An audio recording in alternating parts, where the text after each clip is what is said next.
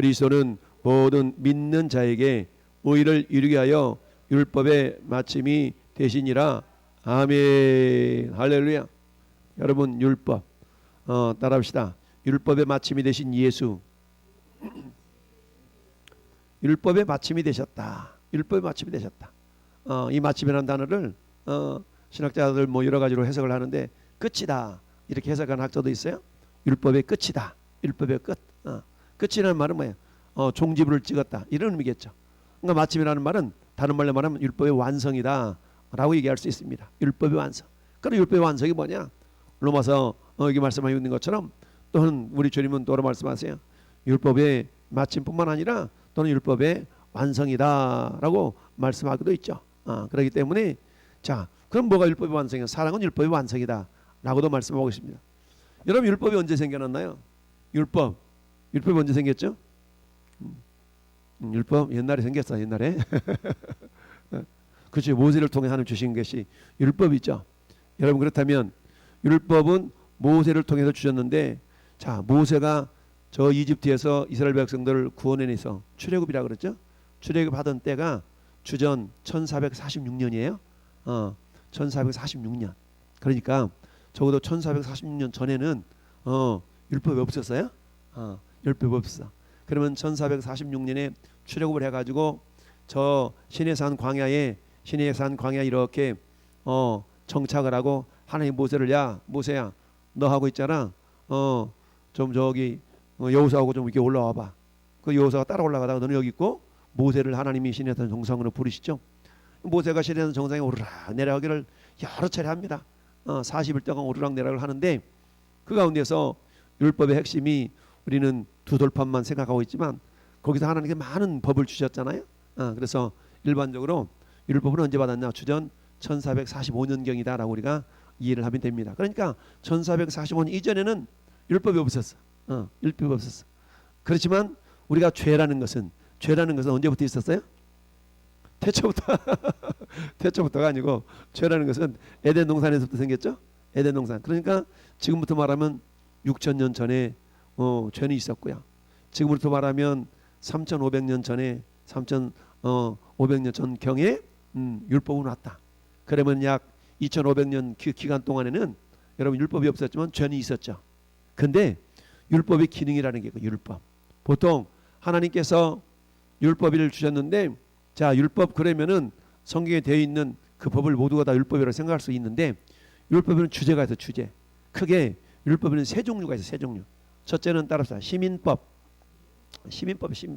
두 번째는 따라합시다. 제사법. 이 제사법을 다른 말로 말하면 희생법이라고 하거든요. 제사법. 세 번째는 따라합시다. 도덕법. 도덕법. 이 세 가지를 말합니다. 그래서 시민법은 뭐냐? 시민법은 이스라엘 백성들이 그 시대에 필요한 법들이 있어요. 그 시대에 필요한 법들. 그래서 그 시대에 필요한 법들. 그러면 시대가 바뀜에 따라서 정신은 남아있지만 그 시대에 행해야 됐던 이런 것들은 사라지는 것이 시민법이라 그래요. 시민법. 특별히 이제 그런 거가 있잖아요. 야, 너 누구 옷 빌렸으면 밤이 새기 전에 저물견이 옷 갖다 줘. 이런 것들이 시민법이에요. 오늘 난 옷 빌려가지고 세탁소 못 맡겨놨더니 옷 찾아가라고 하트긴 합디다마는 그런 거 말고 그래서 이런 것들이 이 시민법이에요. 시민법. 이 시민법은 시대가 흐름에 따라서 변화가 되어지죠. 그 정신은 같지만 두 번째 법이 제사법이죠. 제사법. 우리가 보통 제사법은 레위기서의 제사법에 자세히 나와 있지 않습니까? 그래서 보통 5대 제사라고 얘기하죠. 5대 제사. 그래서 소제, 번제, 화목제, 속제제, 속건제 이 5가지 제사를 5대 제사라 그러는데 이 제사법이죠. 제사법. 그럼 제사법은 뭐냐? 제사법은 한마디로 말하면 예수 그리스도께서 이 땅에 오셔서 어떻게 구원의 역사를 이루셨는가를 나타내는 거죠. 이게 제사법이에요. 그러니까 이 제사법은 예수님 안에서 완성이 되어졌어요. 그러니까 오늘날 화목제 드리라, 속죄제 드리라 이러지 않잖아요. 역시 마찬가지. 절기도 역시 마찬가지. 절기. 어떤 이단들은 유월절 절기를 지켜야 구원받는다고 그러고 안식일을 지켜야 구원받는다고 그러고 이런 그런 이단들이 있죠. 지켜야 구원받는다. 이게 율법이 율법. 근데 예수님이 뭐라고요? 율법의 완성, 율법의 끝, 율법의 마침 이렇게 되셨는데 그러니까 율법에는 첫 번째는 시민법이 있고 두 번째는 뭐가 있다? 제사법이 있고요. 세 번째는 뭐가 있다? 도덕법이 있죠. 그럼 도덕법의 핵심은 뭐냐면 도덕법의 핵심은 십계명, 십계명. 자, 그러면 시민법은 시대에 따라서 정신이 달라지기 때문에 오늘날 저 2000년, 3000년 전에 이스라엘 백성이 지켰던 그 시민법 오늘날 지키진 않아요. 그렇지만 이게 정신은 살아있어요. 그대로 행하진 않지만 두 번째, 제사법도 역시 마찬가지. 오늘 양 잡아서 피 잡아 신해가지고 제사 드리지 않잖아요. 왜요? 이미 예수 안에서 완성이 됐기 때문에. 예. 그래서 시민법과 제사법은 이미 예수 안에서 완성이 되어졌어요. 그리고 남아있는 게 도덕법이라 도덕법. 이 도덕법은 뭡니까? 도덕법은 십계명이죠. 십계명. 그럼 십계명 우리가 고지고대로 다 지키는 사람도 없거든요. 그 십계명을 예수님이 마태복음 22장 37절 38절에서 그렇게 선언했죠. 율법 교사가 예수님을 시험하려고 선생이요, 계명 중 어떤 계명이 제일 큽니까? 이렇게 물어봤더니 예수님이 이렇게 대답하시죠. 마음을 다하여 힘을 다하여 뜻을 다하여 정성을 다하여 주 너의 하나님을 사랑하라. 이것이 첫째 되는 계명이다. 둘째는 이와 같으니 네 이웃을 네 몸과 같이 사랑하라. 이것이 따라서 모든 율법이요 선지자의 강령이니라. 이게 모든 율법이고 이게 모든 율법. 그러니까 모든 율법이 어디에 들어가 있어요? 하나님 사랑과 이웃 사랑에 들어가 있는 거죠. 그렇다 그러면 아까 율법이 그게 세 가지라고 그랬죠? 시민법과 제사법과 도덕법. 그러면 시민법은 이미 우리가 그 정신 자체는 살아있지만 그대로 행하지 않는 것이니까 그런 게 있었구나 라고 우리가 생각할 수 있고요. 두 번째, 제사법도 역시 마찬가지. 원래 번제, 소제 이런 거 드리지 않잖아요. 그런데 번제라는 것은 뭘 의미한다고 그랬어요? 하나님을 향한 전적인 헌신, 헌신을 생각하는 거예요. 그러니까 오늘 우리가 뭐예요? 헌신 예배라는 것도 있고 그러잖아요. 우리는 잘 안 하지만 그 번제라는 것은 모든 재물을 다 태워서 드리거든요. 그러니까 그것은 뭘 상징하냐면 헌신을 상징하는 거야. 그러니까 우리가 너 번제 드렸어? 이게 아니고 그 의미가 살아있는 것은 헌신인, 하나님의 뭔가 헌신하려고 하는, 사실 모든 예배는 헌신 예배거든요. 모든 예배는 헌신 예배인데 우리가 굳이 헌신 예배라는 명칭을 써가지고 제1 남성교회, 제2 여성교회 헌신 예배 이렇게 하긴 하죠. 어쨌든 그래서 그 번제를 우리가 굳이 표현한다면 헌신 예배 정도로 우리가 오늘날에 그렇게 생각할 수가 있다라는 얘기죠. 그러니까 마찬가지 소제는 다른 말로 하면 감사제거든요. 감사제. 그러니까 오늘 여러분들 예물 드리는 거, 여기 지금 소제 드리는 거 소제. 이와 같은 그런 정신은 살아있지만 그대로 행하지는 않죠. 그래서 그 정신은 살아있다. 그런데 도덕법은 뭡니까? 도덕법은 십계명인데 십계명 오늘날도 그대로 행하잖아요. 1계명부터 4계명까지는 대신계명, 하나님 향한 계명 아니겠어요? 다른 신 있게 말하라.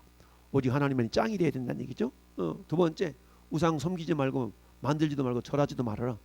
새기지도 말아. 그렇잖아요. 우상 섬기는 오늘날도 마찬가지잖아요. 꼭 우상, 그래가지고 형상적인 만드는 우상뿐만 아니라 눈에 보이지 않는 무형의 우상도 많죠. 그래서 우상 섬기지 말은 그대로 우리에게 적용이 되는 겁니다. 안식일을 기억하여 거룩히 지켜라. 근데 그 안식일이 오늘날로 뭘로 발전이 되어졌어요? 오늘날에는 더 확장되어진 것이 주일이죠. 그러니까 이 안식일이 주일로 지켜진 데는 물론 우리가 절기를 또 거기서 올라가면 무교절, 유월절, 무교절, 초실절 이 세 가지를 통해서 왜 안식일이 주일을 넘어갔는가에 대한 해석이 나와요. 그러면 나중에 차치하고라도. 그 다음에 어때요? 이와 이를 망령때 일컫지 말아라. 오늘날도 예수 믿으면 응당 우리를 통해서 하나님의 이름이 존귀 여김 받도록, 예수님도 주기도문에 그렇게 말씀하셨잖아요. 이름이 거룩히 여김을 받으시오며, 이게 십계명으로 말하는 사계명에 대한 부분일 수가 있죠. 그 다음에 어때요? 부모를 공경하라. 그 다음 조악, 살인하지 말라, 간음하지 말라, 도적질하지 말라, 이웃 물건을 탐하지 말라, 뭐 이런 것도 쭉 있지 않습니까? 이 십계명을 도덕법이라고 하는데 도덕법은 오늘날에도 그대로 적용이 되는 거죠. 그래서 오늘날에도 여전히 적용되는 것은 도덕법은 적용이 되고요. 제사법은 예수님 안에서 완성이 되어졌고, 시민법은 그 시대에 따라서 달라지니까 이것도 역시 오늘날 그대로 지켜지지 않는다. 그런데 성경은 율법이 뭐라고 했어요? 율법의 마침이 예수님이시다. 예수님은 율법의 마침이다. 그런데 율법이라는 것은 모세를 통해서 주어졌기 때문에 모세 이전에는 그런 율법이 없었는데 그럼 어떻게 죄를 판단하느냐? 그 율법의 기능이 있어요. 율법의 기능. 율법은 아까 지금 세 가지로 우리가 볼 수 있다면, 그러면 율법의 존재 목적이 뭐냐? 율법을 왜 줬는데? 율법 왜 줬어요? 율법에 주신 목적이 뭐냐? 그렇죠. 율법을 주신 목적은 그랬습니다. 로마서 3장 20절 말씀 보니까 앞으로 6장 넘기면 3장 나와요. 3장.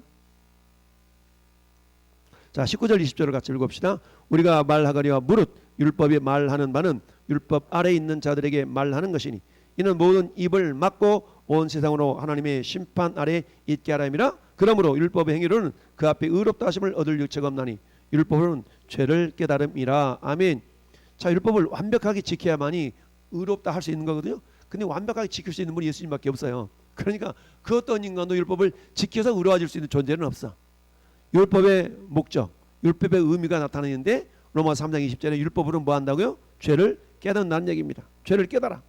여러분, 어떤 사람이 저 일본 국도를 운전하는데 일본 국도가 지금 시속 몇 킬로예요? 거기가 60km 시속 60km요. 근데 옛날에 거기가 80km였거든. 시속 80이었어요. 근데 옛날 속도 생각하다가 나는 좀 천천히 가. 그러면 70km 달려고 75km 좀 달렸다고 칩시다. 그러면 카메라가 찍혀 안 찍혀? 75km 달리면 찍혀. 따지는 거예요. 나 이 도로 80인 줄 알고 나 75 정도만 다녔는데 왜 카메라 찍혔냐고 막 따져. 그러면 경찰이 뭐라 그래? 이 도로는 80이 아니라 60입니다. 아니 언제 그렇게 바뀌었단 말이야? 바뀐 지 꽤 됐는데요. 나는 몰랐는데. 그렇다고 해서 제가 사면된 게 아니죠. 몰라도 우리는 어때? 모르는 건 내 책임이지. 알아야 되는데 몰랐다 이거죠. 그것을 지켜야 된다는 얘기입니다. 뭘 말합니까? 율법으로는 죄를 깨달아. 어머나 세상에, 내가 그러면 법을 어겼네? 라고 깨달아진다는 얘기입니다. 시속 80km, 시속 60km라는 제한이 없었을 때는 내가 80km로 가든 90km 가든 양심이 꺼리낌이 없었어요. 사고만 안 나면 되는 것이니까. 근데 어느 날 갑자기 뭐가 생겼어요? 법이 딱 생겼어. 법이 생겨가지고 어때? 이 도로는 60km 달려야 됩니다. 그럴 때마다 계기판을 보는 거야. 80으로 가면 아유 안 되겠는데 찍히면 어떡하지? 찍히면 어떡하지? 조마조마한 겁니다.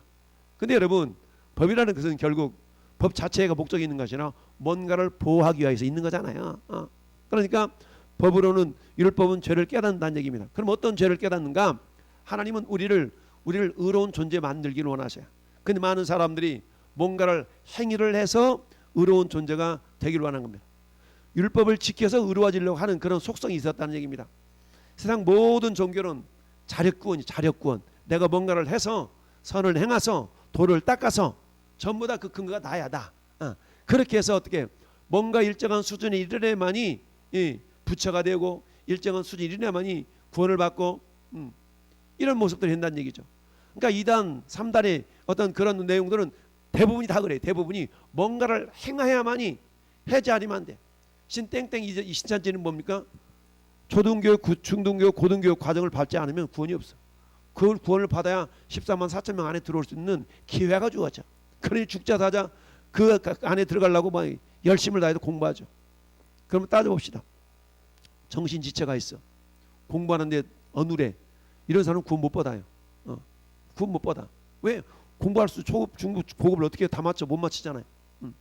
그러니까 그들에게 있어 구원이라는 것은 제한적일 수밖에 없는데, 근데 어때요? 하나님 편에서 구원이라는 그렇지 않잖아요.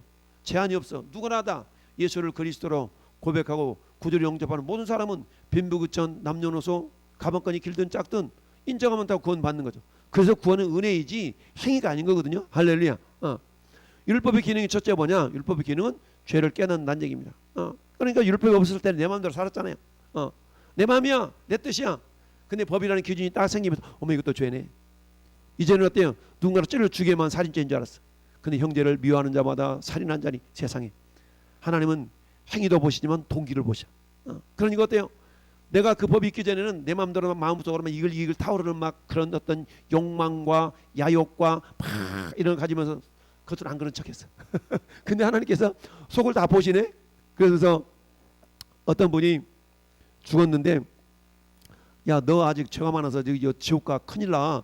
그래가지고 그러더니 그러면서 딱 보는데 자기 죄의 가지수를 얘기해 주는데 너 간음죄 38,000번, 살인죄 27,000번 이렇더래요.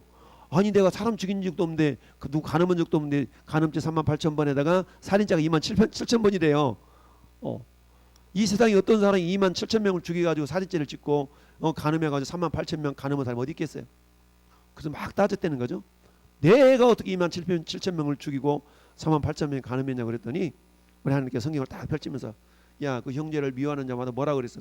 살인하는 자니 너 미워한 적 있잖아.